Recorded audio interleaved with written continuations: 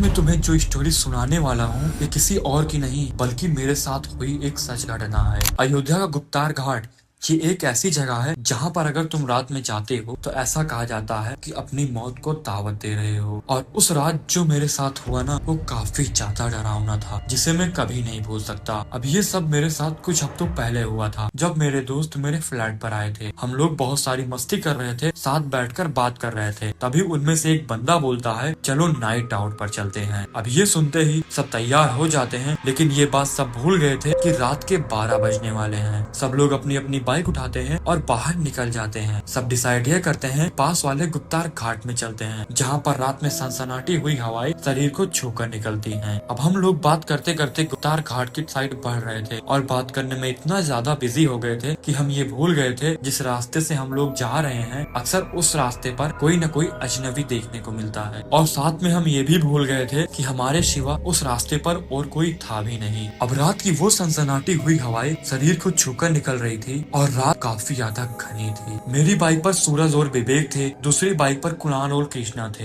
हम लोग आपस में बात करते करते जंगल के बीच से होकर गुजर रहे थे, लेकिन तभी मुझे ऐसा फील हुआ कि मेरे बगल से कोई गुजरा। लेकिन मैंने ये सोचा शायद ये मेरा वहम है। आगे जाते ही एक मोड़ आया जो अयोध्या को जाता था। अब वो मोड़ नदी और शमशान घाट के बीच से गुजरता था। सबने मिलकर डिसाइड ये किया कि हम लोग इसी रास्ते से होकर जाएंगे। लेकिन तभी कृष्णा को उसके सामने कोई खड़ा दिखता है। जब वो बाइक की लाइट ऑन करता है, सामने देखता है, तब वहाँ पर कोई भी नहीं होता है। लेकिन हम लोगों ने जिद बना लिया था कि हमें जाना इसी रास्ते से है। हम लोग उस रास्ते से गुजर रहे थे, लेकिन तभी कुणाल के कानों में कोई चीख चीख कर उसका नाम पुकार रहा था। अब ये सब होना कोई नॉर्मल बात नहीं था, इसके पीछे कोई न कोई सच तो जरूर था। वहाँ के लोगों का ये कहना था कि रात के टाइम गुप्तार घाट आना बिल्कुल भी सेफ नहीं है। उनका कहना ये भी था कि रात के 10 बजे के बाद यहाँ पर कुछ ऐसी चीजें घूमती हैं जो किसी की भी जान ले सकती हैं। अब ये सब सुनने में काफी ज्यादा डरावना लग रहा था। उसके बाद हम लोग सीधा अपने फ्लैट पर आ जाते हैं। सब लोग अंदर चले गए, लेकिन मैं अपनी बाइक को पार्क कर रहा था और मुझे फिर से फील हुआ कि मेरे पीछे कोई बैठा हुआ है। अब ये जैसे ही मेरे साथ हुआ मैं पूरी तरीके से सन्न रह गया। सीधा फ्लैट के अंदर आता हूँ और ये सारी बात